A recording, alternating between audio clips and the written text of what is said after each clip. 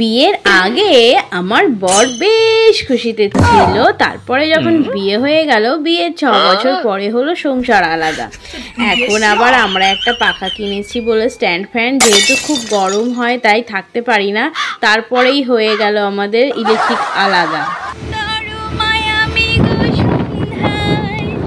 এখন তো সন্ধ্যা না, এখন 11টা বেজে গেছে আর রৌদ্রের মধ্যে আমরা যাচ্ছি এখন একটা পাখা কিনতে। তো দেখতে থাকো ফ্রেন্ডস তোমরা ভিডিওটা।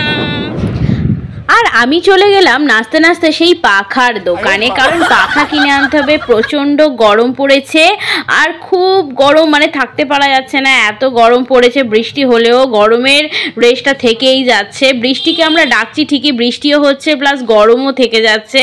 কোনো সময় তো এতই গরম হচ্ছে যে দম ফেলার মতো নয়, এরকম ইন্ডিয়াতে গরম পড়ে গেছে। আর কি বলবো তোমাদের, বলার আর কিছু নেই।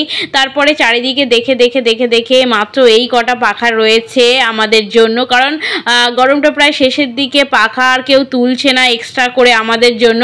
আর দেখো আমি পাখা কিনে নিয়ে বাড়িতে যাচ্ছি। তো সবাইকে টাটা, সবাই ভালো থেকো।